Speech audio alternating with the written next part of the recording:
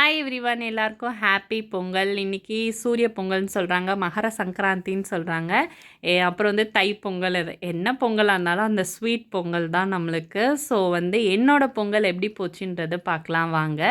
First morning எழுந்துச்சி பூஜை யூனிட்லாம் தொடச்சி விட்டேன். எப்பயுமே விளக்கு தேய்க்கிறது பழக்கம் தான். பட் ஆனால் தேர்ஸ்டே வீடெல்லாம் ஷிஃப்ட் பண்ணுறது இருக்கனால அன்னைக்கு புதுசாக தேய்ச்சி எடுத்துகிட்டு போயிடலாம் புது வீட்டுக்குன்னு சொல்லிட்டு விளக்குமே ஃப்ரெஷ்ஷாக இருந்தது. அதனால் தொடச்சிட்டு சாமி எல்லாத்துக்குமே பூவெல்லாம் போட்டுட்டு இந்த நாட்டு காய்கறி தான் பொங்கலுக்கு ஸ்பெஷல். ஸோ நம்ம சாமிக்கு முன்னாடி நிறைவா காய்கறிலாம் வச்சு வெத்தலை பாக்கு, வாழைப்பழம், தேங்காய்லாம் வச்சுட்டு விளக்கு, அதுக்கப்புறம் வாசல்லையும் 2 சைடு பூ வைக்கணும். நான் ஒரு கோலம் போட்டிருந்தேன்.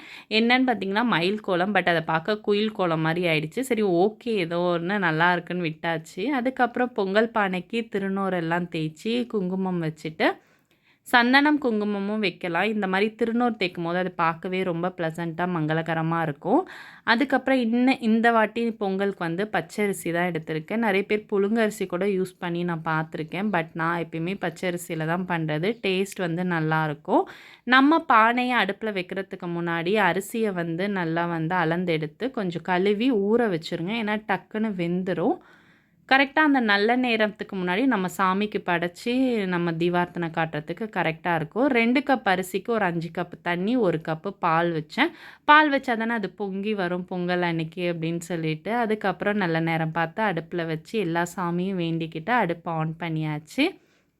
அதுக்கப்புறம் கொஞ்சம் நேரம் வெயிட்டிங், எப்படா பொங்கும், நம்ம பொங்கல் சொல்லலான்னா அச்சு தூங்கிட்டு இருந்தா, இல்லைன்னா என் கூட சேர்ந்து அவளும் கத்திகிட்ருப்பா பொங்கல்ன்ட்டு.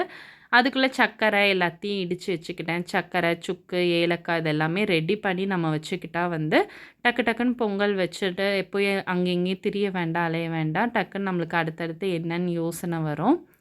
இது தேங்காய் போட்டு சக்கரை பொங்கல் பண்ணியிருக்கேன். எப்படின்றத இந்த ரெசிபி வீடியோவோட ஷேர் பண்ணியிருக்கேன் பாருங்கள். பால் நல்லா பொங்கி அப்படியே வழிஞ்சிச்சு, ரொம்ப சந்தோஷம்.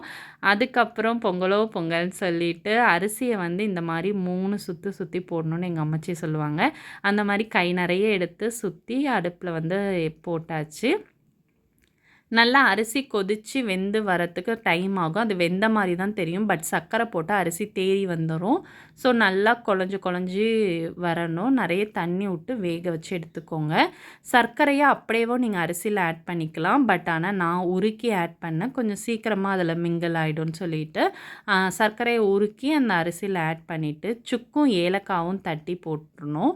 அதுக்கப்புறம் தேங்காய் இந்த மாதிரி 2 திருவி போட்டிங்கன்னா பொங்கல் அவ்வளோ டேஸ்ட்டாக இருக்கும். இதே நான் ஒரு வெள்ளை சர்க்கரை யூஸ் பண்ணனால இந்த கலர் இப்படி இருக்குது. இதே நீங்கள் கருப்பு சர்க்கரை யூஸ் பண்ணிங்கன்னா அரவணை பாயசம் மாதிரி இருக்கும். நெய் நிறைய விட்டு முந்திரி, திராட்சை தாளித்து அது மேலே ஊற்றி கிண்டினிங்கன்னா சூப்பரான ஸ்வீட் பொங்கல் ரெடி. கண்டிப்பாக உங்கள் வீட்டில் நெக்ஸ்ட்டு பொங்கல் அன்றைக்கி ட்ரை பண்ணி பாருங்கள்.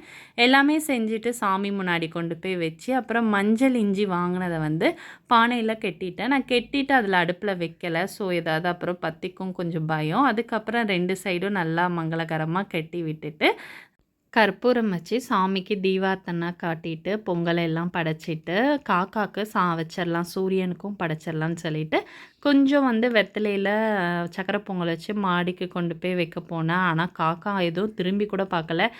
சிக்கன் கொண்டு வந்திருக்காளா மட்டன் கொண்டு வந்திருக்காளா தான் அந்த காக்கா பார்க்குது. சரின்ட்டு வச்சுட்டு நானும் அச்சும் மன வருத்தத்தோடு கீழே வந்துட்டோம். அதுக்கப்புறம் போய் பார்த்தா காக்கா கொஞ்சம் சாப்பிட்ருந்தது, ஓகேன்ட்டு. அச்சு அதுக்கப்புறம் கொஞ்சம் கெட் ரெடிலாம் பண்ணி வீடியோ எடுத்துகிட்டு இருந்தேன். வீடியோ உங்களுக்கு வேணால் எனக்கு கமெண்ட் பாக்ஸில் சொல்லுங்கள், நான் அப்லோட் பண்ணுறேன். அப்புறம் மார்னிங் டிஃபனுக்கு வெண்பொங்கல், அப்புறம் எல்லா காய்கறியும் போட்டு சாம்பார், அதுக்கப்புறம் சக்கரை பொங்கல், 1 கப்பு டீயோட பிரேக்ஃபாஸ்ட் முடிஞ்சுது. இந்த சாம்பார் ரெசிபி அப்கமிங் வீடியோவில் அப்லோட் பண்ணுறேன். தேங்க்ஸ் ஃபார் வாட்சிங். எல்லாருக்கும் happy Pongal. Bye bye. Share and subscribe for more video.